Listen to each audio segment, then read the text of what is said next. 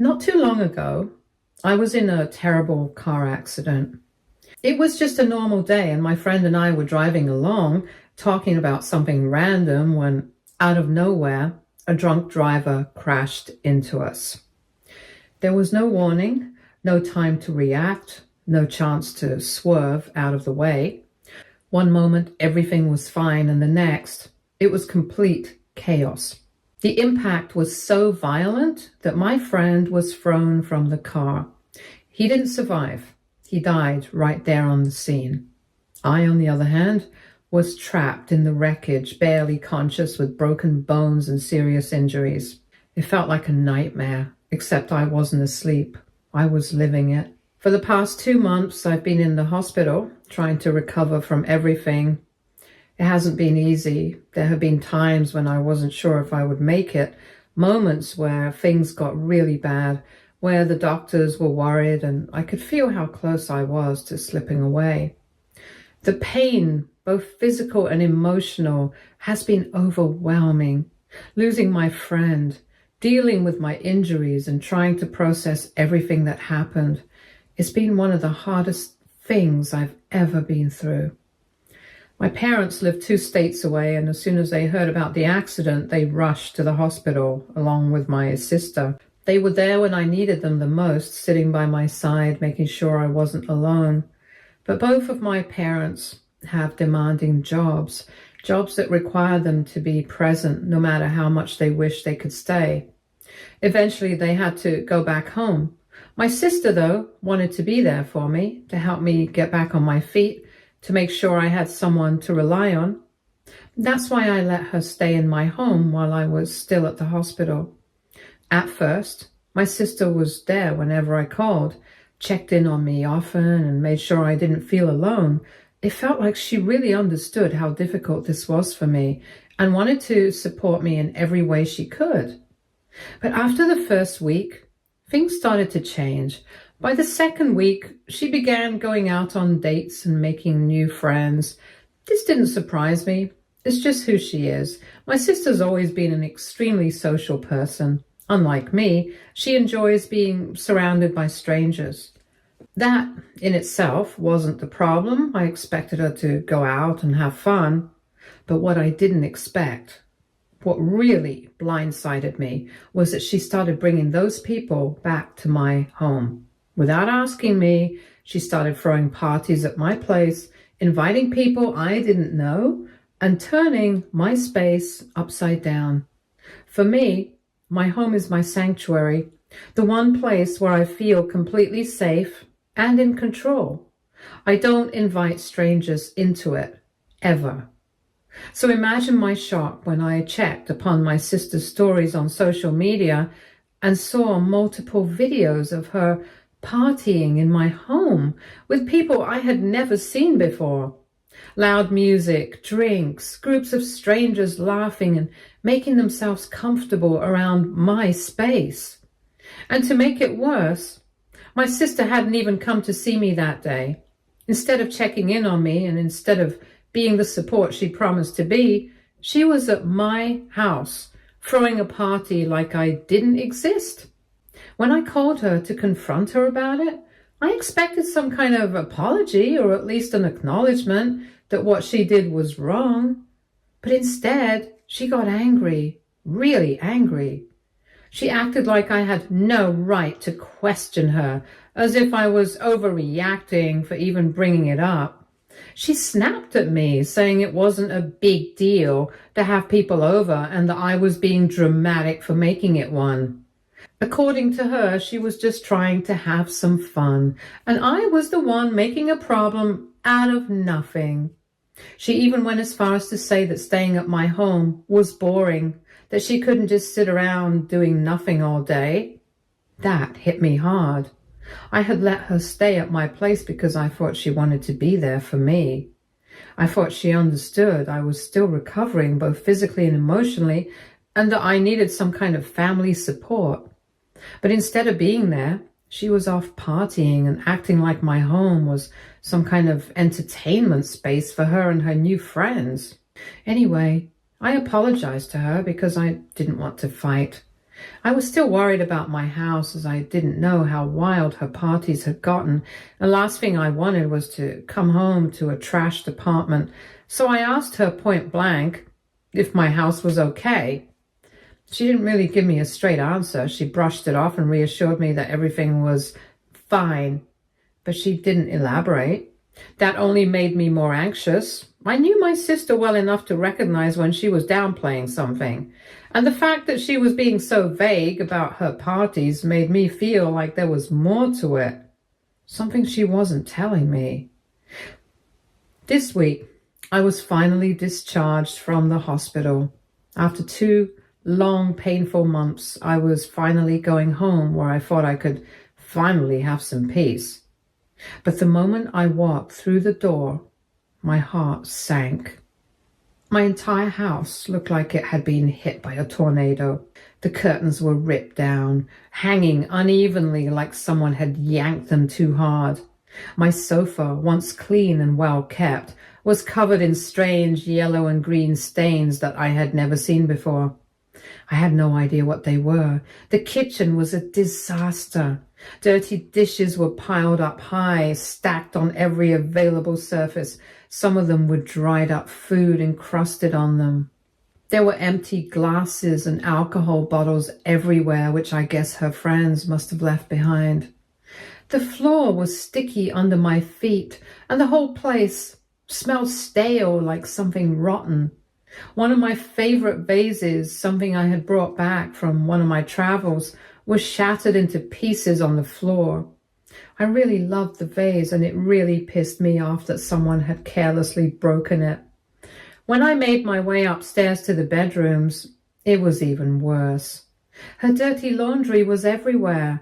Piles of clothes thrown across the room, some of them smelling awful, like they had been sitting there for weeks. My bed, the one place I had been dreaming of resting in, was completely filthy. My once clean bed sheets were covered in stains and looked like they hadn't been changed since the day I left. I don't even want to imagine who had been sleeping there or what happened in my own bed. And then the worst part, I walked into my bathroom and was completely hit with the overwhelming stench of vomit. Someone had thrown up in my washroom and hadn't even bothered to clean it up. Can you believe that? It was still there, dried up and reeking. That was the final straw. I was already in pain, still recovering from my injuries, and now, instead of resting, I had to clean up after someone else's mess. I turned to my sister, my voice shaking with anger and disbelief, and asked her what the hell had happened at my house. She just shrugged and casually told me she was going to be cleaning up later. That was it. No apology or no explanation, like it wasn't something she needed to take responsibility for. That's when I lost it. Everything had built up. My exhaustion, my disappointment, the physical pain I was still in, and most of all, the sheer betrayal I felt. I pointed out to her loud and clear that she was the one who had insisted on staying for me. I hadn't asked her to. She had made that choice herself. She had looked me in the eye and told me she wanted to be there to support me, that she wanted to help while I recovered. But now, after just 1 week, she had barely even visited me in hospital. While I had been lying there in pain, dealing with everything alone, she had been out having fun, going on dates and making new friends, completely forgetting the whole reason she was even staying at my place in the first place. And even if she didn't want to visit me that often, even if she got caught up in her own life, fine. But the least she could have done was take care of my home while she was living here. I had given her a roof over her head, free of charge. I had trusted her with my space. It wasn't too much to ask for her to keep it clean, to respect it, to treat it like a home and not some party house for her random friends. Instead, she had done the complete opposite. She had wrecked it. She had turned my sanctuary into a chaotic, disgusting mess.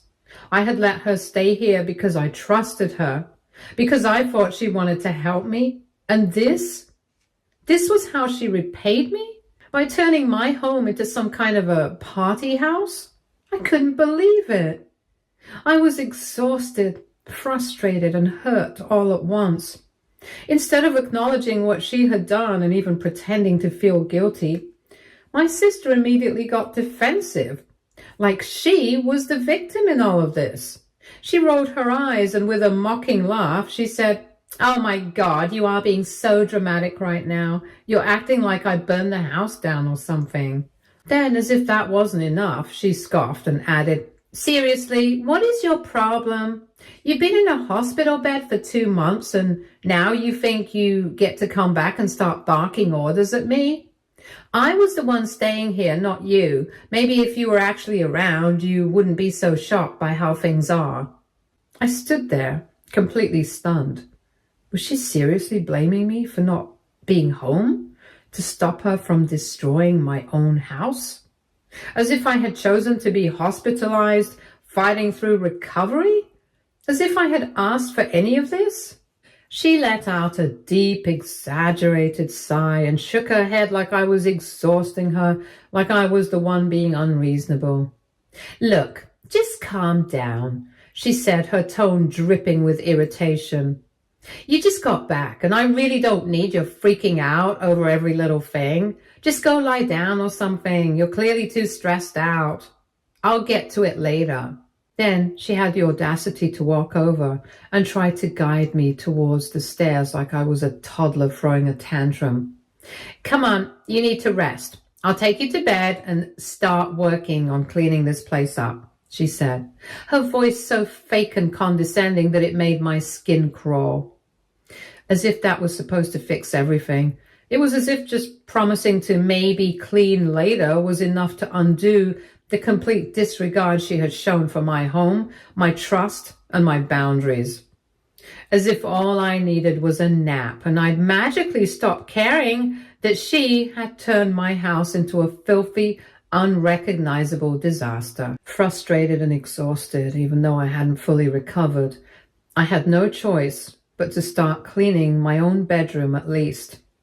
The doctor had specifically recommended bed rest, but how was I supposed to rest in a place or sleep on my bed when it was this disgusting?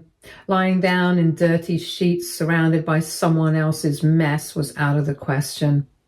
I could feel how much my body needed rest, but my mind wouldn't let me relax until my space was at least somewhat livable.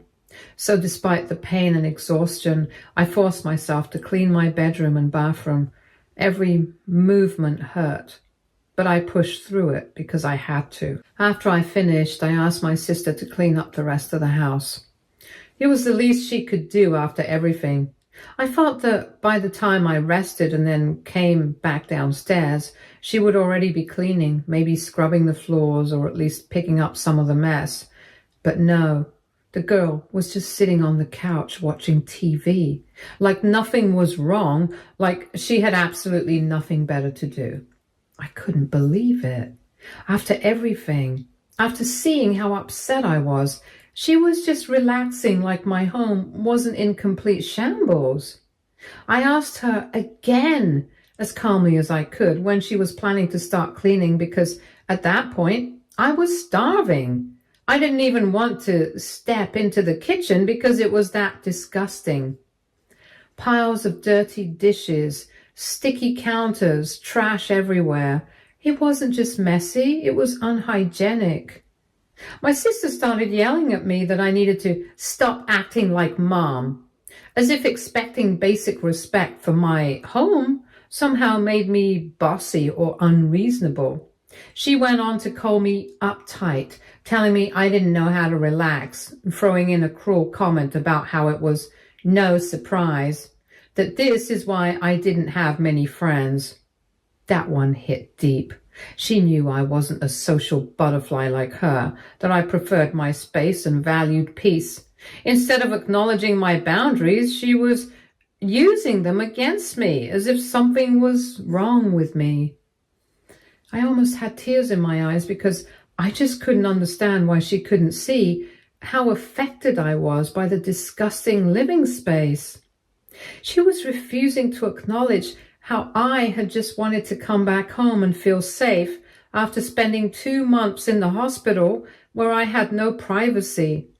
To top it all off, she scoffed and told me to stop whining, saying that if I was so miserable, I should just order a pizza and stop complaining. At that point, I felt completely drained.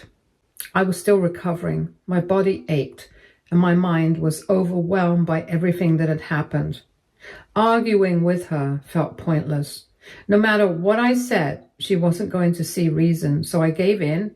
I ordered a pizza for both of us, ate in silence, and then went straight to bed.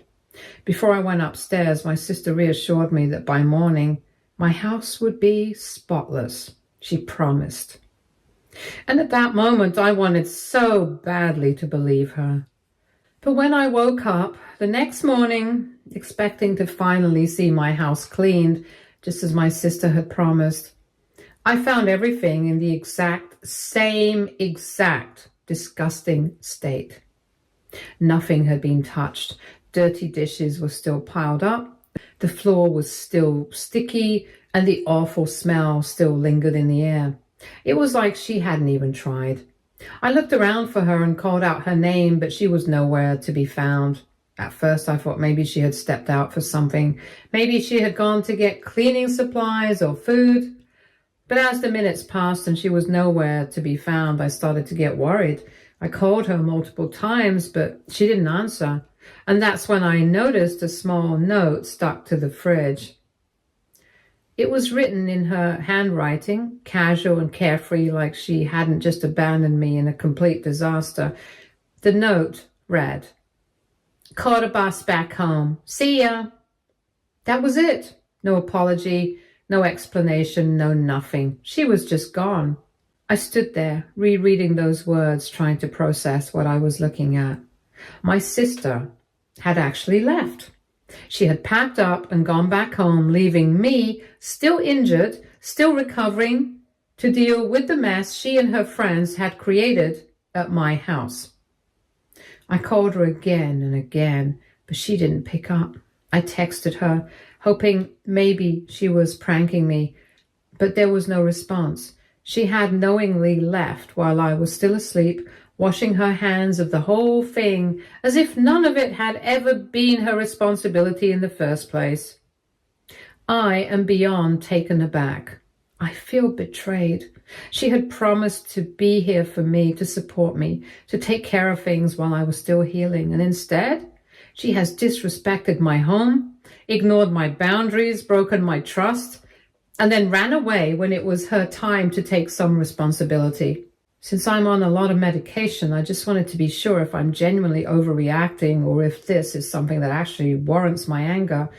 Aita for being pissed at my sister for trashing my home and leaving behind all this mess. Update 1. I have been second-guessing myself, wondering if maybe I'm overreacting. Maybe it's the medication making me more emotional, or maybe I'm just exhausted. But thank you to everyone in the comments for validating my feelings. Because I have said this multiple times, but people still keep asking, I just want to clarify for once and for all, my sister was the one who insisted on staying to help me, yet she barely visited when I needed her most. Instead of being there for me, she spent her time doing her own thing. That alone hurt, but I tried to be understanding. What I can't excuse is what she did to my home. She threw parties without my permission, brought in strangers, and treated my space like a trash heap. The worst part? She keeps denying taking any accountability. Whenever I confronted her, she acted like I was the problem. She called me dramatic, rolled her eyes at me, and made me feel like I was crazy for expecting even the most basic respect. Then, after promising to fix it, she just left, abandoning me to deal with the mess while I was still recovering. I'm not the one in the wrong here. I didn't ask to be in a car accident. I didn't ask to spend months in a hospital struggling to recover. And I definitely didn't ask her to trash my home and then gaslight me into thinking I was being unreasonable for being upset. If anything, I've been too patient with her.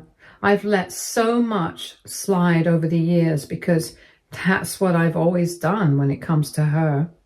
She's my younger sister, and for as long as I can remember, she's been babied by everyone around her. Our parents were always a little more lenient with her, always more forgiving of her mistakes, and always quick to brush things off as just her personality instead of holding her accountable. And I followed that same pattern. I was always there for her, always the one picking up the pieces when she messed up, always the one being the responsible older sibling, the one she could fall back on when she needed something. And maybe that's part of the problem. Maybe she's so used to getting away with everything that she genuinely doesn't see how badly she's messed up this time. She's never had to deal with real consequences, never had to face the fact that her actions affect other people in ways that aren't just minor inconveniences. But this isn't something small. She knowingly disrespected me, my home, and my boundaries. She took advantage of my absence, of my trust, and then had the nerve to gaslight me into thinking I was the problem for being upset about it. The worst part is that I would have never done this to her. If the roles were reversed, if she were the one recovering from an accident, I would have moved heaven and earth to make sure she was comfortable, to make sure her space was taken care of. I wouldn't have turned her home into a disaster zone. I wouldn't have ignored her when she needed me. I wouldn't have abandoned her when she was still struggling to get back on her feet. But she did all of that to me without a second thought, and now she expects me to just get over it. I'm done being the one who always has to be the bigger person. This time I am going to teach her a lesson. She was selfish and crossed the line, and whether she acknowledges it or not, I refuse to let her make me feel like my anger isn't justified, because it is. Update 2. Thanks to everyone's advice, I did end up calling a professional cleaning service. I am still in pain, and yet I had no choice but to figure out how to clean up the disaster she left behind. But looking around at the sheer state of my home, I knew there was no way I could physically handle this by myself. I explained the situation to them, feeling both embarrassed and frustrated as I described the mess. Thankfully, they were understanding and managed to send a team over that same day.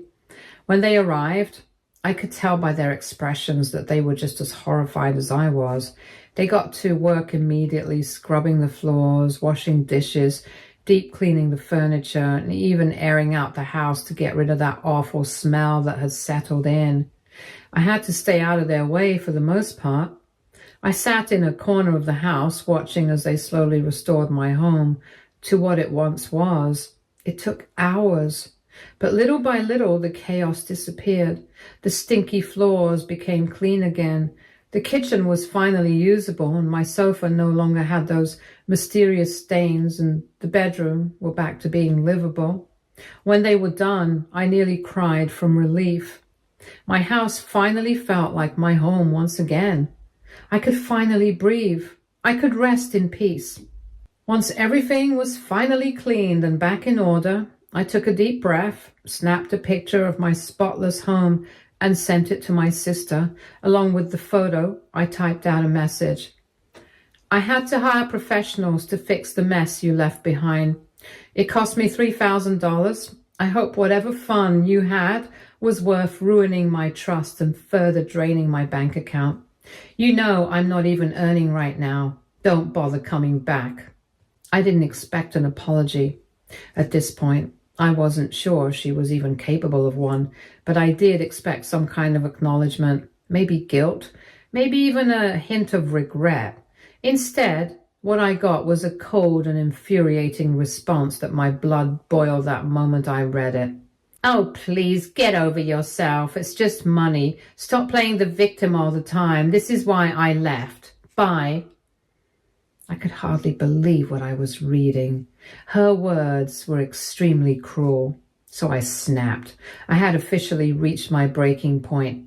I immediately sent her the $3,000 invoice for the professional cleaners, attaching a short but firm message.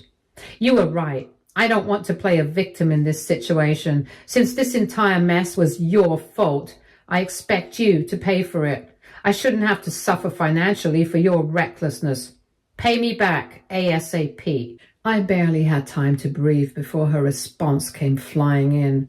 First, it was a string of angry texts, each one more dismissive than the last. She outright refused, saying I was being ridiculous and money-obsessed, acting as if she should not be held accountable for the damages she caused. My sister kept trying to shift the blame, claiming that I should have just cleaned it up myself instead of wasting money on professionals. As if I wasn't still recovering from my injuries, as if it wasn't her responsibility in the first place. She thought she could just argue her way out of this, but I wasn't backing down. So I made it clear. If she refused to pay, I would take her to small claims court. I wasn't bluffing. If she wanted to act like this was all some big joke, she could explain herself in front of a judge. That set her off because minutes later my phone started ringing nonstop. When I didn't pick up, she left a series of furious voicemails. In each one, she was screaming with full-on rage. She called me a cheapskate, a pathetic control freak, and even spat out a few choice words that made it crystal clear she had never planned on taking responsibility. According to her, I was money-hungry, obsessed with being right, and ruining our sibling relationship over something as stupid as a little mess. A little mess? $3,000 worth of damage, broken belongings, a home I barely recognized when I walked in, and she still thought this was nothing? The entitlement in her voice made my skin crawl. Not once did she acknowledge what she had done. Not once did she even pretend to feel guilty. Instead, she continued to act like I was the bad guy for expecting basic accountability. Update 3. Just when I thought the whole situation couldn't get any worse, my parents have gotten involved. After I sent my sister the invoice and she refused to pay, next thing I knew, my parents were calling me, furious. "Why would you send your own sister a bill?" my dad demanded. "You know she doesn't have that kind of money. Why are you doing this to her?" As if I was the one who had done something wrong. As if I had thrown the parties and trashed my own house and then abandoned a recovering sibling. Then came the real kicker. "You never should have left her alone," my mom added, her voice full of disappointment. "You know how she is. You should have kept an eye on her." And that's when I realized they weren't mad at her for what she did. They were mad at me for expecting my younger sister to be responsible in the first place. Somehow, in their eyes, this was all my fault. I was in the hospital, yet I should have been watching her. I should have managed her. I should have known she would act this way. It was as if she was some helpless child who couldn't be held accountable for her own actions, and I was the bad guy for expecting otherwise. I tried to explain my side. I told them how she promised to be there for me, how she was supposed to help me, not turn my home into a party house. I told them how I had no choice but to pay for professional cleaners because the house was completely unlivable, but none of it mattered. "She's young, she makes mistakes," my mom argued. "Families shouldn't do this to each other," my dad added. I am deeply hurt by my parents' reaction. I don't even know how to put it into words. Maybe a part of me always knew that my sister was their favorite, but I never truly acknowledged it until now. And now that I have, it feels like a punch to the gut. I don't have the energy to fight anymore, to fight with my family. So for now, I'm stepping away. I need a break from all of them. My parents, my sister, everything, because right now, I just can't deal with this anymore. Update 4. It's been 2 months since my last update, and a lot has happened. I did end up taking my sister to small claims court, and I won. She had no choice but to pay me the $3,000 she owed for the professional cleaners. I think she thought I was bluffing, that I wouldn't actually go through with it, but I did. And when she realized she couldn't just manipulate or scream her way out of this, she had no choice but to face the consequences for once in her life. Of course, she was furious. She acted like I had committed some unforgivable betrayal by making her take responsibility for her own actions. She tried to paint me as the villain, claiming I was heartless for dragging my own sister to court over a little mess. But the law doesn't work on favoritism and excuses, and the fact was she had destroyed my home, refused to clean up after herself, and left me with an outrageous bill while I was still recovering from my injuries. Now, coming to my parents, at first they were just as furious as she was. They acted like I had gone too far, like I should have just let it go for the sake of keeping the peace. So I sent them the pictures of my house from the day I came home. The real damage, the filth, the stains, the shattered belongings, the literal puke left behind in my bathroom. They had never actually seen the mess before, only heard my sister's downplayed, sugar-coated version of events. After that, their tone changed. They finally understood why I had no choice. They stopped pushing me to forgive and forget so quickly. And for the first time, I think they actually saw how much she had taken advantage of me. As for my sister, she's still pissed at me. She barely speaks to me now, which honestly is more of a relief than anything else. If she wants to stay mad because she finally had to deal with real consequences, that's her problem, not mine. Stay tuned for more stories from our girl relationships.